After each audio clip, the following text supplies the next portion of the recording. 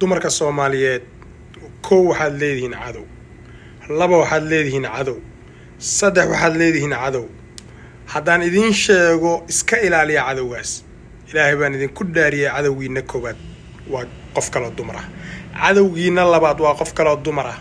cadowgiina saddexaad waa qof kale dumar ah. maalinkay sirtaada ogaato qof dumar ah, maalinkay wax yaroo adig kugu saabsan ay hesho, maalinkaad qalbigaaga u xaarto waxaagoo dhan banaanka yaalaan. cajiib waxyaalahan aadka ula cajiiba waxaa ka mid ah in shalay ilaa iyo daradaan maqlayay